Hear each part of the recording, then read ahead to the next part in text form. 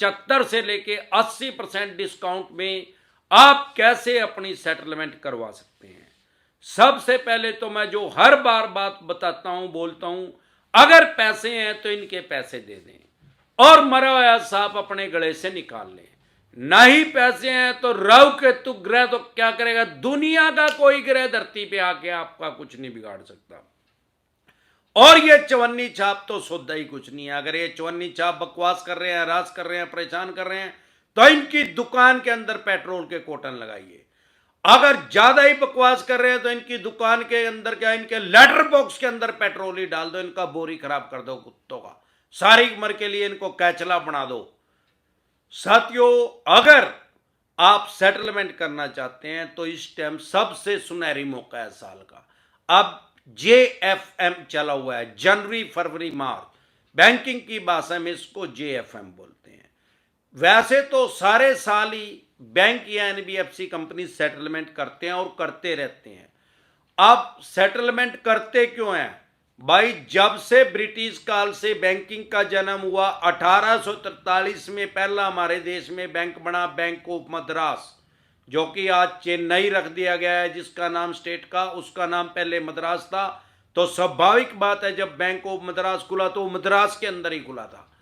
उसके बाद इसका नाम रख दिया गया imperial bank of India change करके। आज की डेट में भी ये बैंक काम कर रहा है SBI के नाम से, स्टेट बैंक ऑफ इंडिया के नाम से। तो जब से ब्रिटिश काल से बैंकिंग होनी स्टार्ट हुई है हमारे देश में 1843 से, आज लगभग 180 साल हो चुके हैं बैंकिंग होते हुए, तब से ही सेटलमेंट का प्रावधान है, सेटलमेंट होती आ रही है। क्यों होती है? क्यों कोई बैंक NBFC कंपनी आज भी कम पैसे लेते हैं? वही लगी फटने खैरात लगी बटने जो गांवों में गए करें। अरे भाई, ऐसे कोई खैरात नहीं बांटता। जब इनकी कांच लिकट जाती है, सारा साम दाम दंड भेद तरीके यूज करके देख लेते हैं, चवन्नी छापों को भेज के देख लेते हैं, फेक नोटिस भेज के देख लेते हैं, और इनको पता है भाई इसके ऊपर अगर अनसिक्योर लोन है, ज्यादा से ज्यादा इसके ऊपर हम केस कर सकते हैं। सिविल का केस होएगा, सिविल का मैटर है, क्योंकि क्राइम में कंसीडर होता ही नहीं EMI डिफॉल्ट होना। इनको पता है अब 40-45 साल तक केस चलेगा, 40-45 साल में इस आदमी का बोलो राम ही हो जाएगा। क्यों? अरे भाई, जिसने लोन ले रखा है 25, 30, 35, 40 साल का तो होगा, और 16 साल के किसी लड़के लड़की ने तो लोन नहीं लिया। ना ही कोई बैंक NBFC कंपनी 16 साल के बच्चे को लोन देता है। और जो बैंक NBFC कंपनी लोन दे रहे हैं वो भी 25, 30, 40 साल के होंगे। अरे 16 साल के किसी लड़के लड़की को तो बैंकिंग की परमिशन ही नहीं मिलती, लाइसेंस ही नहीं मिलता, RBI देता नहीं। तो स्वाभाविक बात है कि उनका भी बोलो राम हो जाएगा 40-45 साल में, फिर पैसा किससे लेंगे? इसलिए सेटलमेंट पे आ जाते हैं अपना पैसा पूरा करने के लिए। भाई चलो कम भी मिल जाएगा। बैंक NBFC कंपनी और 50 तरह के काम कर रहे हैं यार। क्रेडिट कार्ड में लूट मचा रखी है, 60% ब्याज ले रहे हैं लोगों से मिनिमम के नाम पे। अगर मिनिमम ना भरा जाए, भगवान ना करे, तो ब्याज प्लेंटी जुर्माना लगा के 160% भी कर देते हैं। और 60% ब्याज यार, आज होम लोन कोई लेने जाए तो 6-7% पे इजली उसको 7.5% तक मिल जाएगा। पहले तो 6% पे भी मिल रहा था, LIC दे रही थी। अब कुछ रेट ऑफ इंटरेस्ट बढ़ गया, रेपो रेट बढ़ गया गवर्नमेंट का, तो इन्होंने भी अपना रेट ऑफ इंटरेस्ट बढ़ा दिया है। लेकिन आज भी इजली 7-7.5% पे आपको होम लोन मिल जाता है। अब जब आप क्रेडिट कार्ड लेते हैं, उसका मिनिमम पे करते हैं तो 60-70% पैसे देने पड़ते हैं, यानी 10 टाइम ज्यादा, 10 गुना ज्यादा। यही कारण है कि हर बैंक NBFC कंपनी लोगों को क्रेडिट कार्ड देते हैं। क्यों? आज की डेट में 38% आदमियों के क्रेडिट कार्ड का जो लोन है वो डिफॉल्ट है, जो उन्होंने यूज कर दिया वो मिनिमम भी नहीं दे पा रहे। मतलब 38% आदमी पैसा नहीं दे पा रहे, 100 में से 38 आदमी। फिर भी हर बैंक NBFC कंपनी क्यों क्रेडिट कार्ड बांट रही है? भाई जब 38% पैसा वापसी नहीं आ रहा मार्केट से तो क्यों बांट रही है? वाई? भाई इंटरेस्ट इतना ज्यादा है, अगर 38% नहीं भी आए तो 7% का 70% भी तो लेने लग रहे हैं, 10 गुना ज्यादा ब्याज भी तो लेने लग रहे हैं, और ब्याज प्लेंटी जुर्माना लगा के 160% भी ले रहे हैं, लोगों को साइकोलॉजिकल प्रेशर में लेके। वैसे तो अभी क्या है, JFM चला हुआ है। JFM मतलब जनवरी फरवरी मार्च। वैसे तो जनवरी चली गई है, फरवरी लग गया है, लेकिन बैंकिंग की भाषा में इसको जेएफएमई बोलते हैं। जब मार्च भी आ जाएगा तब भी इसको जेएफएमई बोलेंगे। वैसे तो हर क्वार्टर में हर बैंक एनबीएफसी कंपनी अपना हिसाब करते हैं, क्लोजिंग करते हैं, जिसको क्वार्टरली क्लोजिंग बोलते हैं। मतलब हर 3 महीने में बैंक अपना लेखा जोखा देखता है, अपने पोर्टफोलियो को क्लीन करता है। वो ये देखता है कि भाई इतना प्रॉफिट हुआ, इतना लॉस हुआ, लॉस को प्रॉफिट में से घटा के नेट प्रॉफिट देखते हैं। लेकिन ब्रिटिश काल से एक नियम है कि 31 मार्च को ईयरली क्लोजिंग होगी। मतलब सालाना लेखा जोखा जो ये देखेंगे, सालाना जो अपने पोर्टफोलियो को क्लीन करेंगे, वो 31 मार्च को करेंगे। लास्ट तारीख है 31 मार्च, हर साल की 31 मार्च, क्योंकि जो हमारा फाइनेंशियल ईयर है वो 31 मार्च को ही खत्म होता है। यह भी ब्रिटिश काल से नियम चला आ रहा है और मुझे लगता है अनंत काल तक ऐसे ही चलता रहेगा। भाई साल तो खत्म हो जाए 31 दिसंबर को, लेकिन जो फाइनेंशियल साल है, पैसे का वित्तीय वर्ष है, वो 31 मार्च को खत्म होता है। तो सबसे ज्यादा डिस्काउंट जो है कोई भी बैंक या एनबीएफसी कंपनी जेएफएम में देते हैं जनवरी, फरवरी, मार्च में। मेरी आपको ये एडवाइस है, अगर आप सेटलमेंट करना भी चाहते हैं, सेटलमेंट करना भी अपनी फाइनेंशियल डेथ करना है, क्योंकि अगले 2 साल तक कोई भी बैंक या एनबीएफसी कंपनी आपको सिक्योर लोन भी नहीं देगा। 2 साल के बाद सिक्योर लोन मिल सकता है, लेकिन आरओआई ज्यादा मिलेगी, रेट ऑफ इंटरेस्ट आपको ज्यादा मिलेगा, जिसका सिविल ठीक होगा, क्योंकि आपको सिविल खराब कर देंगे ये। जिसका सिविल ठीक होगा उसको अगर 9% पे कोई लोन मिल रहा है, आपको 12% पे मिलेगा, 25 पैसे उसमें आपको ज्यादा देने पड़ेंगे। उसके बाद 2-3 साल के बाद जब आप उसको रीपेमेंट सही टाइमली कर देते हैं तो अनसिक्योर लोन भी मिल सकता है। लेकिन ये मान के चलें कि अगले 5-7 साल तक आपको अनसिक्योर लोन नहीं मिलेगा अगर सेटलमेंट कर ली तो।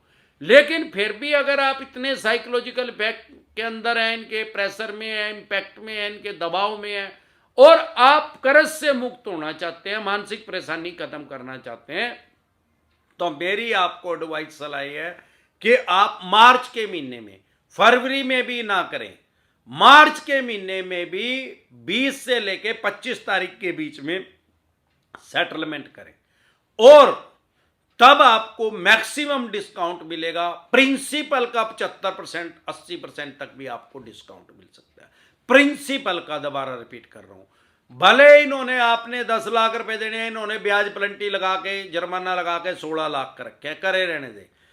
प्रिंसिपल का 75% डिस्काउंट, यानी कि आपका 2.5 लाख रुपए में भी सेटलमेंट हो सकता है अगर आपका पुराना लोन हो गया, 1-1.5 साल 2 साल पुराना है, मतलब इतने टाइम से आपकी ईएमआई डिफॉल्ट है। जब भी आपको सेटलमेंट करनी है, अपने मुंह से कभी भी नहीं बोलना कि मैं सेटलमेंट करना चाहता हूं, क्योंकि अगर आप अपने मुंह से खुद से ही सामने से बोलेंगे कि मैं सेटलमेंट करना चाहता हूं, तो सेटलमेंट तो हो जाएगी, डिस्काउंट बिल्कुल कम मिलेगा। या तो वो ब्याज प्लंटी जुर्माना जो लगाया उसको हटा देंगे, प्रिंसिपल में से 1 रुपया कम नहीं लेंगे, लेंगे तो 10-15% कम ले लेंगे। तो इसलिए अपने मुंह से कभी भी नहीं बोलना है। दूसरा एक चीज का ध्यान रखना है, जब भी सेटलमेंट करें, आपकी जेब में पैसे हो तो सेटलमेंट करें, और नहीं तो जेएफएम क्या है, सीजेएफएम आ जो चाहे, जब तक कैश पैसा आपके पास नहीं है तब तक आप सेटलमेंट ना करें। क्योंकि ऐसा नहीं है कि जनवरी, फरवरी, मार्च में सब सेटलमेंट होगी, अप्रैल में भी होगी, मई में भी होगी, जून में भी होगी, सारे महीनों में सारे साल सेटलमेंट चलती रहती है। जब कई बार ऐसा भी ऑफर बैंक एनबीएफसी कंपनी देते हैं कि आप इंस्टॉलमेंट में सेटलमेंट कर लो, मतलब उसको बैंकिंग की भाषा में रेगुलर सेटलमेंट बोलते हैं। वो आपको ये कह रहे हैं, फॉर एग्जांपल आपने 10 लाख रुपए देने हैं, फॉर एग्जांपल वो कह रहे हैं कि 75% डिस्काउंट दे देंगे भाई, और अब आपको 50,000 रुपये महीना ईएमआई देनी है। अरे 10 लाख रुपए का अगर आपका लोन था, अगर उसकी किस्त 10-12 हजार रुपए थी, वो नहीं दी जा रही है, और अब अगर आपको ऑफर आ रही है कि अब आप 50,000 रुपये 5 महीने तक दे दो और आपका सेटलमेंट हो जाएगा, तो आपके दिमाग से खेला जा रहा है, साइकोलॉजी से खेला जा रहा है। उस बैंक एनबीएफसी को पता है कि 10-15 हजार रुपये तो दे नहीं पा रहा था, 50,000 रुपये कहां से देगा। आदमी कच्चे लालच में आके वो क्या करता है, हां भर लेता है, और किसी तरीके से बीवी के गहने बेच के, कोई गाड़ी बेच के, स्कूटर मोटरसाइकिल बेच के, किसी यार प्यारे रिश्तेदार से लेके, जो मेरे देखने में आया 2-3 EMI भरता है टाइमली। फिर ऐसा टाइम आ जाता है, क्योंकि फाइनेंशियली डाउन होने के बाद तो EMI जाती नहीं, रुकती हैं, इसीलिए तो आदमी सेटलमेंट कर रहा है, नहीं तो कोई भी आदमी किसी के पैसे मार के राजी नहीं है। तो जब ऐसी सिचुएशन आ जाती है कि उसके पास पैसे नहीं होते, या एक आधा दिन लेट हो जाता है जो ड्यू डेट इन्होंने रखी है, अगर आपने 3 EMI टाइमली दे दी और चौथी EMI जो 4th EMI है वो एक दिन भी अगर आपने लेट दी, तो वो EMI तो ले लेंगे, यानी 50-50 हजार करके 2 लाख रुपए तो इन्होंने ले लिए। फिर ये आपको क्या बताएंगे और समझाएंगे, भाई आपने एक दिन लेट, आप कहोगे एक ही दिन तो लेट किया, नहीं भाई एक दिन लेट क्यों किया, जो टर्म कंडीशन रखी गई थी, जो सेटलमेंट में रखी गई थी, वो आपने तोड़ दी। अब ये क्या करेंगे, दूसरे चवन्नी छापों को पीछे लगा देंगे, आपने 10 लाख रुपए देने थे, 10 के 12-13 तो इन्होंने पहले ही बना रखे हैं, अगर इन्होंने 12 बना रखे हैं, कहेंगे 2 लाख रुपए तो आगे, अब 10 लाख रुपए दे, सेटलमेंट तो कैंसिल होगी। तो जब भी सेटलमेंट करें, OTS करें, वन टाइम सेटलमेंट। अब नहीं पैसे हैं 6 महीने बाद करें, साल बाद करें, नो प्रॉब्लम। जब भी सेटलमेंट करें, OTS करें, वन टाइम सेटलमेंट करें, कभी भी इंस्टॉलमेंट में सेटलमेंट ना करें। 99% आदमियों के साथ ठगी हो रही है, चीटिंग हो रही है, इसी तरीके से उनको बकाया और फुसलाया जा रहा है। इस चक्कर में इनके कभी भी ना पड़े। जब भी सेटलमेंट करें, OTS करें, जब आपके रेंज में आ जाए 75% डिस्काउंट अगर आपको दे रहे हैं, तो सेटलमेंट की हार्ड कॉपी लें, कभी भी मेल पे ना माने उसको, कह दे भाई मेरे को नहीं आंधी मेल माल करनी, ना मैंने पढ़ना आंदा के लेकर, और ना मैं मानदा इसने, मेरे को हार्ड कॉपी दे। हार्ड कॉपी लेने के बाद उसी ब्रांच में जाए जिस ब्रांच से आपने लोन लिया, उस ब्रांच हेड को वो दिखाएं लव लेटर कि भाई साहब ये देखो जरा जेन्युइन है क्या फेक है, वो कहेगा जेन्युइन है, क्योंकि वो तो उसका नौकर ही है यार, बैंक NBFC कंपनी का, चाहे फेक भी रखे हो। तो आप उसको बोल लो भाई जेन्युइन है, तो भाई साहब इसके ऊपर स्टैंप लगा दो अपनी ब्रांच की और अपने साइन कर दो।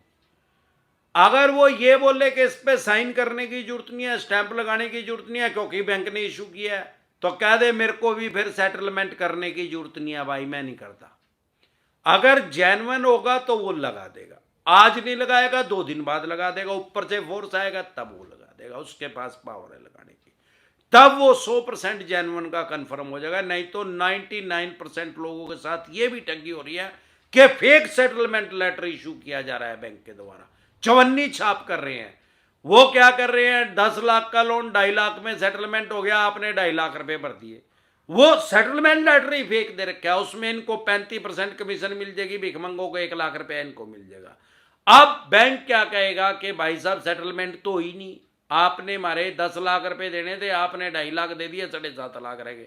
आप कहोगे ये सेटलमेंट लेटर है, वो कहेगा भाई साहब ये तो आपने खुद ही बनाया है। आप कहोगे फलाने चवन्नी छाप ने दिया है, वो कहेगा वो तो हमारे पास काम नहीं करता भाई। ऐसे लाखों आदमियों के साथ ठगी हो रही है, ऐसे कभी भी इनके बकाए में ना आए।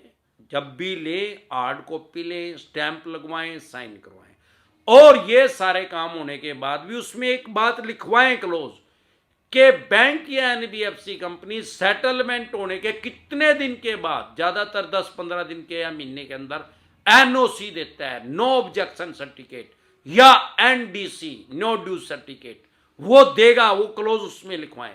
एक क्लोज और लिखवाएं कि जब मेरी सेटलमेंट हो जाएगी, जो सेटलमेंट अमाउंट डिसाइड हुआ है मैं आपको दे दूंगा, तो उस दिन के बाद वो बैंक या NBFC कंपनी आपके या आपके लीगल आयर जो हैं, आपके उत्तराधिकारी जो हैं, उनके ऊपर किसी भी तरह का कोई सिविल का या क्रिमिनल का, दीवानी का या फौजदारी का कोई केस नहीं करेगा, ना ही लोन की रिकवरी के लिए किसी भी तरीके से बैंक के द्वारा आपको परेशान किया जाएगा। ये सारी बातें लिखवा के जब आप वो ले लेंगे, साइन करवा लेंगे, ब्रांच हेड के स्टैंप लगवा लेंगे, उसके बाद भी कैश किसी को पैसा नहीं देना। अपने लोन अकाउंट नंबर में, चाहे आपका क्रेडिट कार्ड भी है उसका भी एक लोन अकाउंट नंबर है, अन्य किसी तरह का लोन है उसका भी एक लोन अकाउंट नंबर है, उस लोन अकाउंट नंबर में पैसे RTGS करें, चेक से दें, नेफ्ट करें, ऑनलाइन तरीके से पैसा दे, कैश किसी को पैसा ना दे।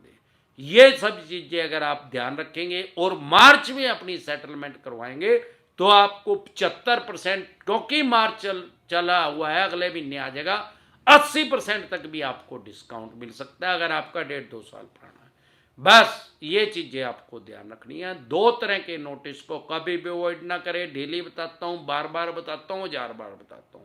अगर आप हमारे साथ नए जुड़े हैं तो जिस चैनल पे आप मुझे देख रहे हैं डिसेंट एडवाइस पे, इस पे लोन से रिलेटेड मैं लगभग 2000 वीडियो डाल चुका हूं।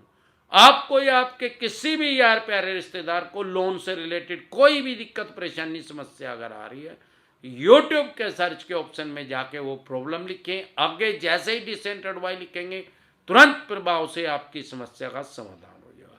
2 तरह के नोटिस को कभी भी अवॉइड ना करें। 138 नेगोशिएबल इंस्ट्रूमेंट एक्ट 1881 लिखा है आपके पास नोटिस में, जिसको शॉर्ट में NI एक्ट भी बोलते हैं और सामान्य बोलचाल की भाषा में चेक बाउंस बोलते हैं।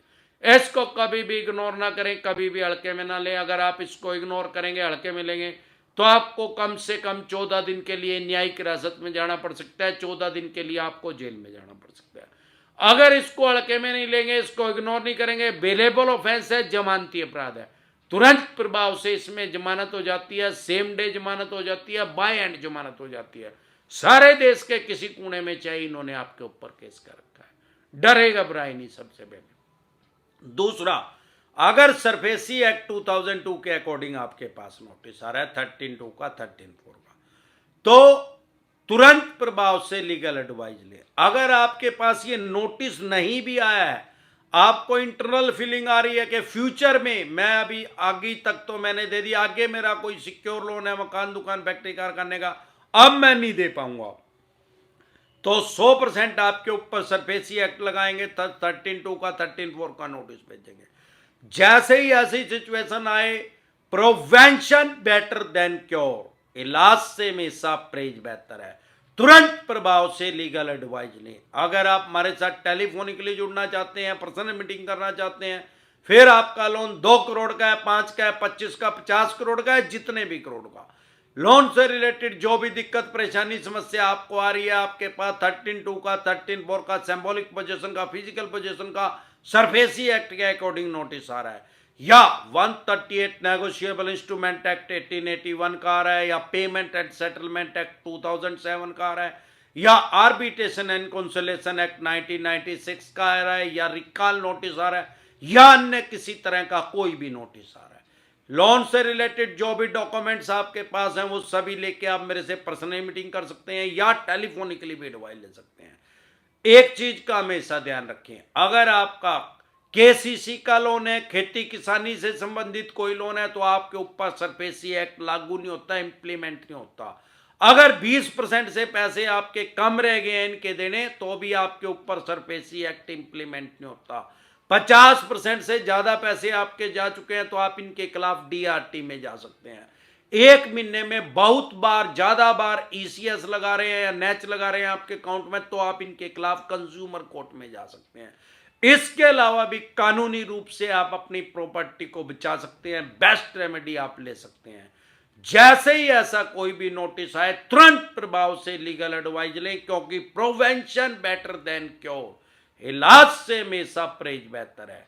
आप हमारे साथ टेलीफोनिकली जुड़ना चाहते हैं, पर्सनल मीटिंग करना चाहते हैं, फिर आपका लोन कितने भी करोड़ का है, आपकी स्क्रीन पे कमेंट बॉक्स के अंदर एक नंबर आया हुआ है 9306347314। इस नंबर को सेव करके व्हाट्सएप मैसेज करें, तुरंत प्रभाव से रिप्लाई आएगा कि कैसे आप हमारे साथ टेलीफोनिकली जुड़ सकते हैं, पर्सनल मीटिंग कर सकते हैं। एक बार जोर से मिलकर नारा लगाएंगे, जय ससुराल वालों की।